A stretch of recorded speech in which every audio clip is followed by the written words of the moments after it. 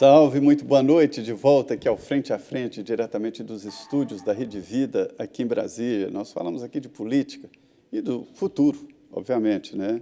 Hoje aqui, o presidente nacional do PSD, o ex-deputado federal Gilberto Kassab. Ele foi prefeito de São Paulo por meio mandato, ele era vice-prefeito, foi reeleito prefeito e por um mandato inteiro. Foi também ministro 3 vezes, inclusive ministro de Ciência e Tecnologia. Ministro, eu gosto muito de discutir futuro, projeção, adoro falar sobre futuro. A gente sempre fala aqui de futuro e lembra das profissões futuras, de como será. O senhor se arriscaria a desenhar ali um futuro próximo, no pós-pandemia?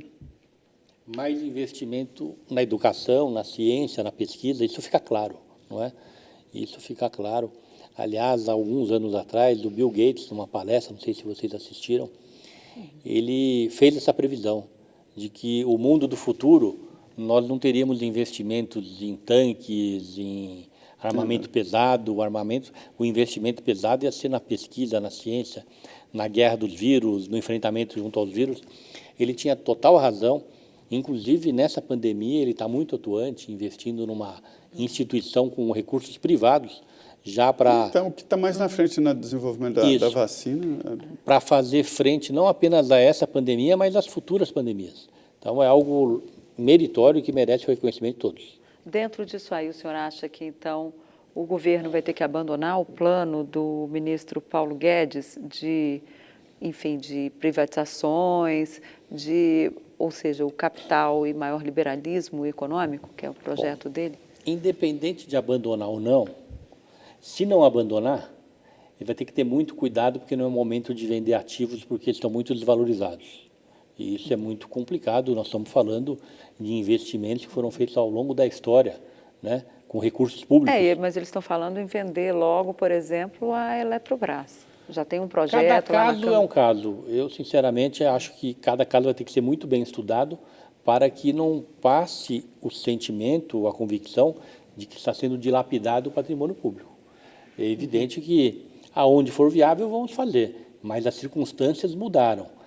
A cada privatização, nós vamos ter que ter uma reflexão muito grande, estudos muito profundos, para que não haja equívocos. De qualquer maneira, o liberalismo puro do Paulo Guedes, no mundo inteiro, está perdendo força.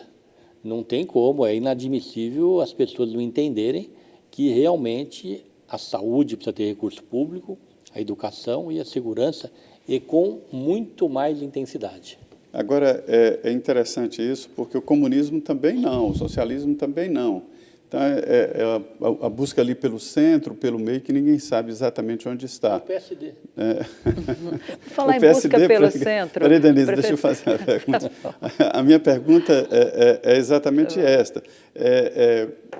Passando aí por vamos dizer, essas quedas dos mitos, né? Do socialismo de um lado e tal, aí vai para o centro, mas sem tocar em partido político. Qual é o mérito de... Ninguém defende centros, não é um discurso viável eleitoralmente.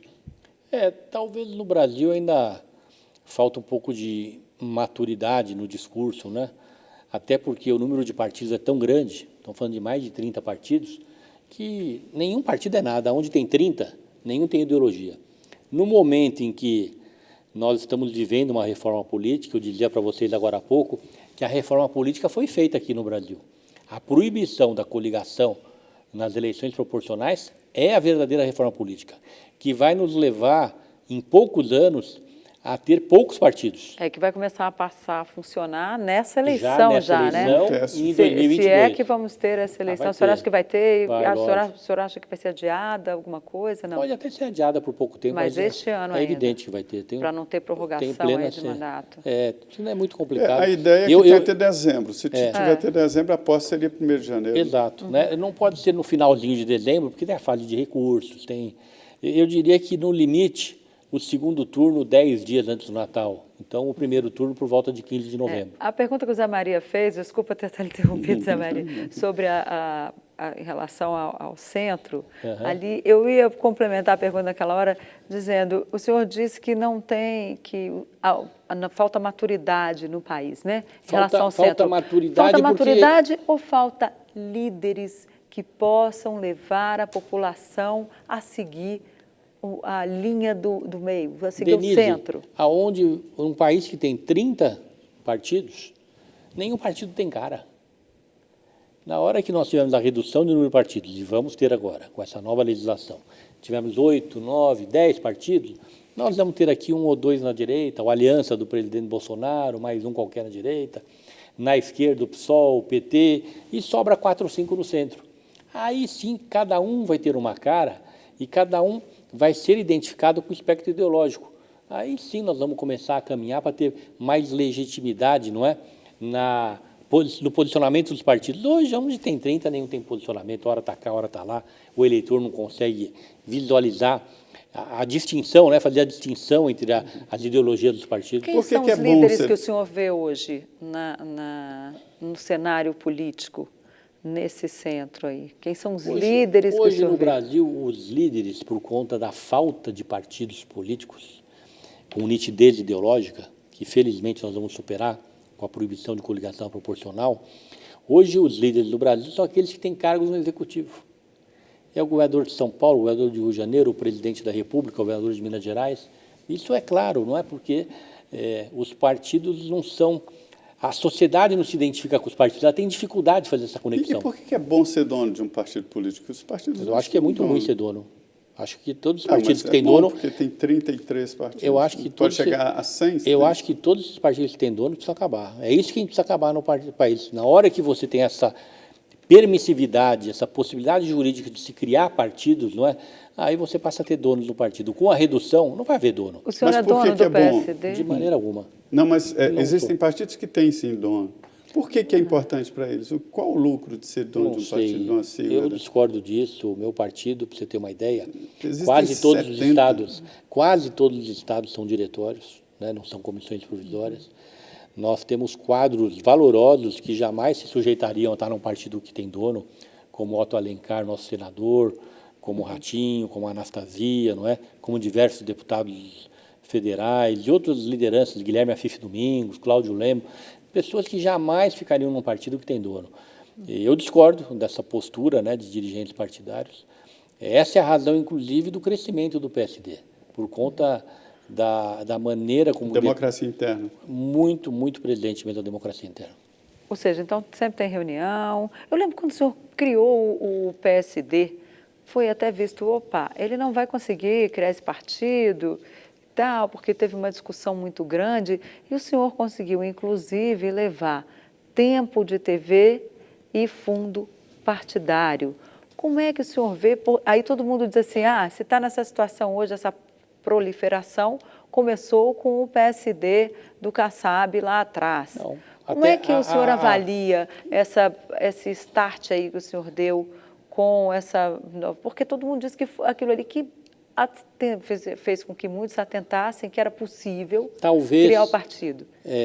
Talvez a razão do sucesso do PSD, e não fui eu que criei, foi um grupo importante de pessoas, eu destaco entre eles o Afife Domingos, o Cláudio Lembro, o Otto Alencar, o Fábio Faria, o Robson Faria, o Raimundo Colombo, o Vilmar Rocha.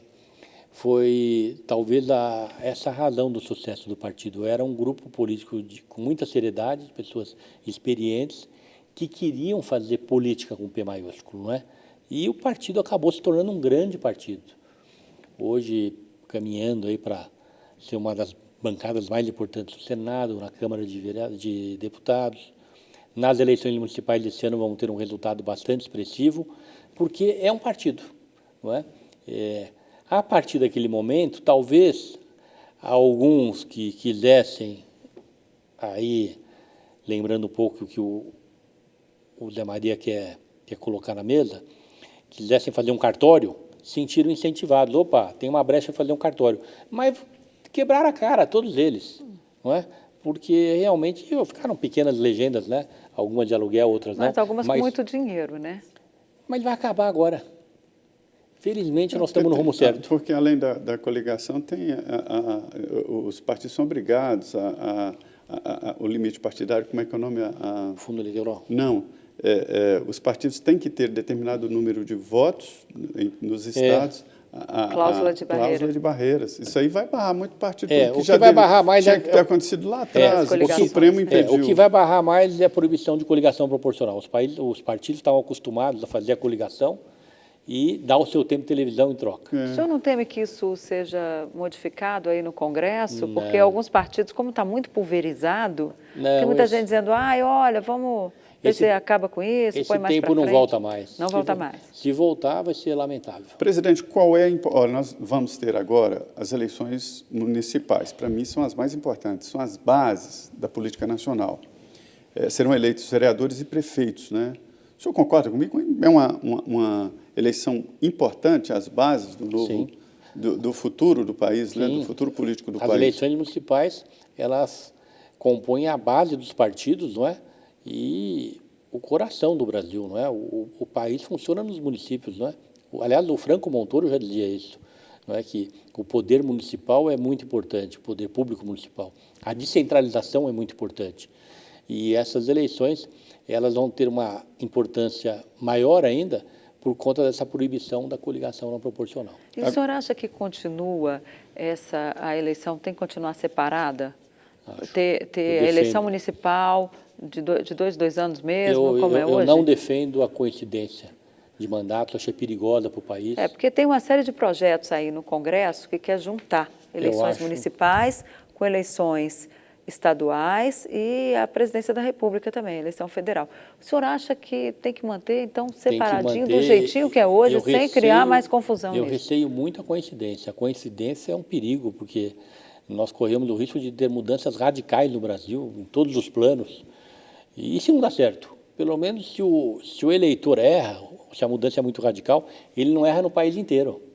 Ele erra só num plano federal, 2 anos conserta no plano estadual e municipal, não é? Se ele erra no plano estadual, com todos os governadores, senadores, ele conserta na eleição municipal. Então, eu tenho muito receio de uma coincidência de mandato. O senhor disse que o PSD é independente, né? Quando se diz que um partido é independente, é que ele não é ligado diretamente a um governo.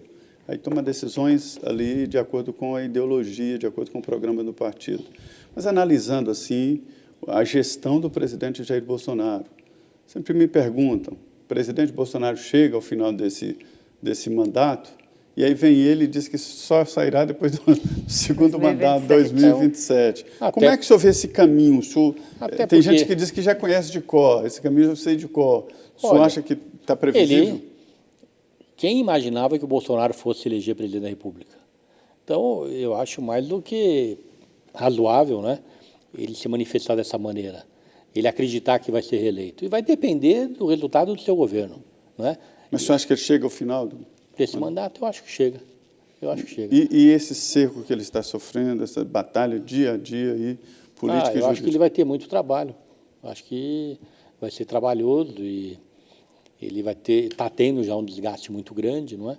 Mas eu acho que o afastamento de um presidente da República é algo, não que eu seja contra, mas tem que ser uma coisa muito bem contextualizada. O senhor acha que ele corre o risco de um processo de impeachment aberto na Câmara dos Deputados? Olha, com a experiência que eu tenho, com os cargos que eu ocupei, eu aqui afirmar que ele corre ou que não corre, eu acho que seria politicamente incorreto, não é? É uma manchete que eu não quero atribuir a mim. O que eu posso dizer a você é que eu acredito muito nas instituições. Se tem algo que está funcionando no Brasil e muito bem, são as nossas instituições, o Supremo Tribunal Federal, que tem tido um papel extraordinário e eu entendo que tem tido uma postura muito correta em relação a todos os acontecimentos dos últimos meses, o Congresso Nacional, não é? O STJ. Então, eu acredito efetivamente que as instituições funcionando, nós temos que deixar o barco andar, porque elas vão ter o seu... O PSD é contra o processo de impeachment? Hoje, o PSD, primeiro, ele dá liberdade para os seus parlamentares. Quem quiser assinar, que assine. Mas eles não têm assinado, primeiro, que não tem nenhum processo aberto. Não é?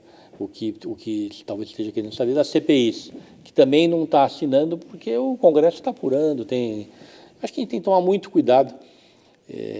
Se em algum momento se mostrar que é um caminho, vamos decidir.